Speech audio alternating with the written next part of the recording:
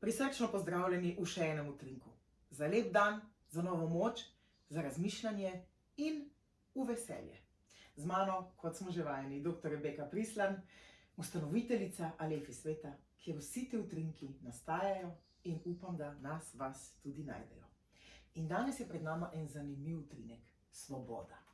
Vsi tako radi naslavljamo to, kako živimo v svobodnem svetu, da se svobodno odločamo za lastne poteze, nadaljnje korake.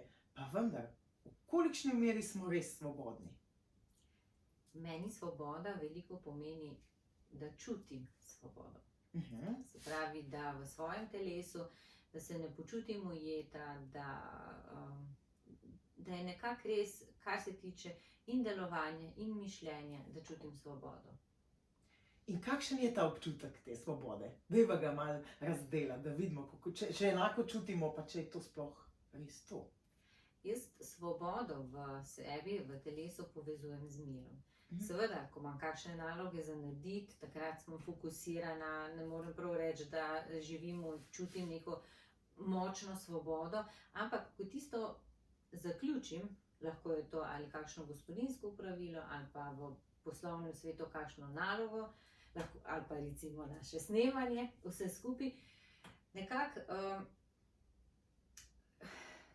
se telo umiri in čutim tle neko mirnost, zadovoljstvo, srečo in to je nekako tista moja svoboda. Sreča je, ko se delo dobro opravi in kadar imaš nekoga rad. Ja. In ravno ko se imamo radi, slovenščina kot jezik ponuja eno tako zanimivo klasifikacijo imeti rad. Meni mogoče ta rad te imam ni najbolj všeč, zato ker kaže na svojstvo, na imeti, nobenega pa zares nimamo. In kako v bistvu v tej najbolj plemenitem čustvu ljubezni dopuščati tudi svobodo, da smo lahko svobodni mi in da je svoboden tisti, ki nam je nasproti, tisti, s katerim tkemo te vezi. Predvsem najprej moramo pogledati, kaj nas omejuje, se pravi, kaj nam jemlje svobodo, da to je tisti prvi korak. In vse ljudi, ki jih imamo ob sebi, od partnerja, družine do prijateljstva, jim dovoliti, da so oni takšni, kot so. Lahko jim pomagamo na njihovi poti, ampak predvsem se mi zdi recimo pomembno, da ne spreminjamo mi otrok, lahko jim svetujemo, lahko jim pomagamo. Staršev, da zdaj pa naši starši, ki so odrasli, bomo mi spreminjali. To ne gre. Partnerstvo, prijatelje, spravi bolj, da delujemo iz tega, da pomagamo za nasveti, ampak seveda, ko je oseba pripravljena na to. Ker tudi, če mi čutimo svobodo, pa vemo, da bi jo tudi nasproti nas lahko čutil, mogoče pa še ni čas. Ja, treba dopustiti vsakemu njegovo pot. Zakaj pa tako radi spreminjamo soljudi? Od otrok, do staršev, do partnerjev. Ker je to lažje, kot pa spremeniti sebe. Zdaj pa bomba, Rebeka. Spremeniti sebe, ja. Sej, jaz mislim, da se spreminjamo oziroma preoblikujemo tudi zato in predvsem zato, da bi dosegli več svobode. Boljši pogled, več preproščine v vsakodnevnem delovanju in bivanju. Ampak spet se pojavlja vprašanje, kako to doseči? Ja, tlele, jaz mislim, da nekega univerzalnega načrta ni, da bi zdaj imeli točke, pa šli po točkah, ampak ker res vsak od nas ima neko svojo pot, svojo nalogo. Včasih že ko rečemo, kak mi je fajn, sem zadovoljna, potem pride pa en težek izziv, nimamo kaj, moramo iti čez njega, moramo pogledati, kaj lahko naredimo, kaj nas spet novega nauči. Verjamem pa, da za vsakim nekim novim izzivom pridemo do kančka več svobode. In naj bo pot do svobode čim bolj lahkotna, ob tem pa upam, da nam pomaga tudi utrinek. In zdaj te naprošam, da ga kar prebereš. Svoboda. Ne očitaj si, kaj bi lahko naredila drugače. Odpusti, da greš lahko svobodno naprej. Vsak dan imaš novo priložnost. Ne dovoli, da ti kdorkoli odvzame srečo, ker sam ne zmore najti svoje. Pojdi stran od ljudi in zgodb, ki kradejo mir in spoštovanje tebi. Pojdi naprej, hodi, zaupaj. Ampak tokrat zahtevaj več. zahtevaj svobodo, lahkotnost, milino, toplino, srečo, mir. Wow. Prav pobožal je ta utrinek. Je pa zanimivo, da kje se neha naša svoboda in koliko se je v bistvu zavedamo, da smo svobodni ali nismo svobodni. Okay. Predem čisto zakompliciram. Jaz že zdaj mislim, da sem svoboden človek, pa vendar sem prepričana in podpišem v tem trenutku, da so kakšna prepričanja, ki jih nosim s sabo, ki mi to svobodo omejujejo.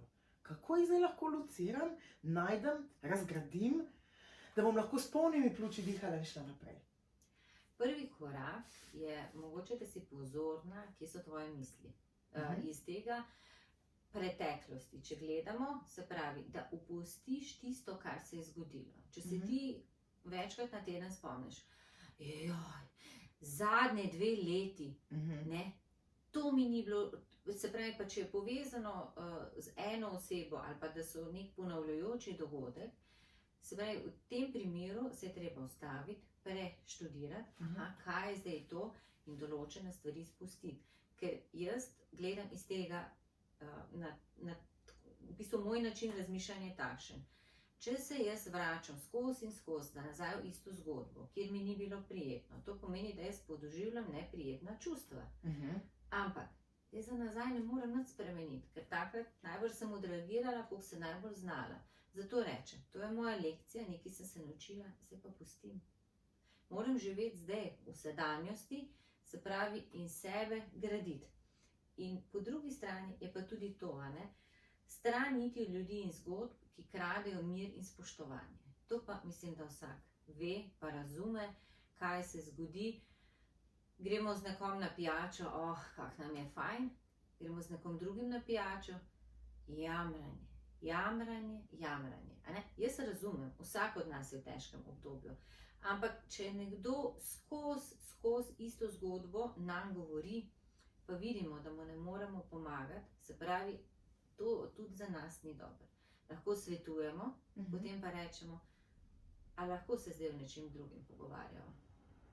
In če posameznik na drugi strani ne zmore, potem je čas, da v bistvu zapustimo to. To v bistvu, da se mi o tej situaciji ne rabimo več pogovarjati. Ali pa iskreno reči, ne vem, če ti lahko tle pomagam. Kaj pa drugače, pa pogledamo drugo zgodbo iz tega vidika.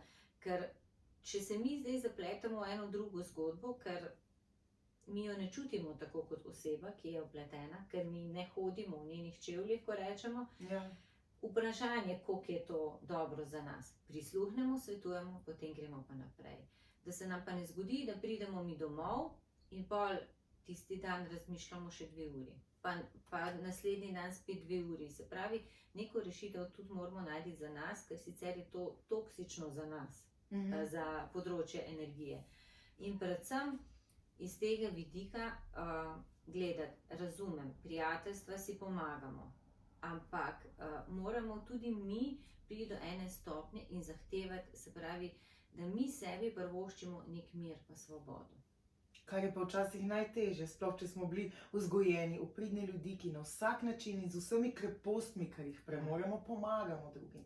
Eni pač si ne želijo pomagati, bi radi ostali v tej. Niso pripravljeni. Niso pripravljeni, tako. Ali pa če pogledava, kako bi rekla, na nek način niso pripravljeni, na drug način, pa če jaz hočem na vsak način vsem pomagati, potem moram tudi jaz nekaj za svojim vzorcem narediti. Zakaj hočem jaz vse rešiti? Jaz lahko pomagam tistim, ki so pripravljeni prisluhniti. In tisti, ki so pripravljeni prisluhniti, pa vendar mogoče ne vidijo poti iz teh sluzavih, temačnih, kakorkoli jih že kdo občuti, ponavljajočih se vzorcev, tle pa ti lahko pomagaš, je tako? Ker oseba pripravljena. Imaš recimo en super aparat, s katerim lahko merimo biopolje in da čist tehnično, znanstveno rezultate. Tako. In potem na podlagi tega svetuješ, kako naprej? Se spremlja, predvsem pogledamo iz energijskega vidika, kateri organi so občutljivejši, kaj se dogaja. Celo iz teh vseh meritev sem spoznala, da nam tudi tale program omogoča, da vidimo, ali imamo kakšne entitete prisesane. Tako da dejansko damo vse stran iz našega biopolja ven in da svobodno zadihamo v našem energijskem polju. Odlično. Res je lepo videti, kako prav zažariš, ko občutiš to čisto energijsko polje, lepo, naše, krepostno, ker jaz mislim, da v naših srcih, dušah, v našem koru vsem je iz vesolja privoščeno, da nam je dobro, da nam je lepo, da rastemo in sobivamo v sreči in veselju. Veliko svobode, sreče in veselja in vsega vam želimo z Rebeko. In da bi vam ta utrinek ponudil vsaj malo veselja, odrešitve, predvsem pa svobode, tako ali drugače. In svobodno povabiva, da se nam pridružite naslednjič. Adijo. Dio.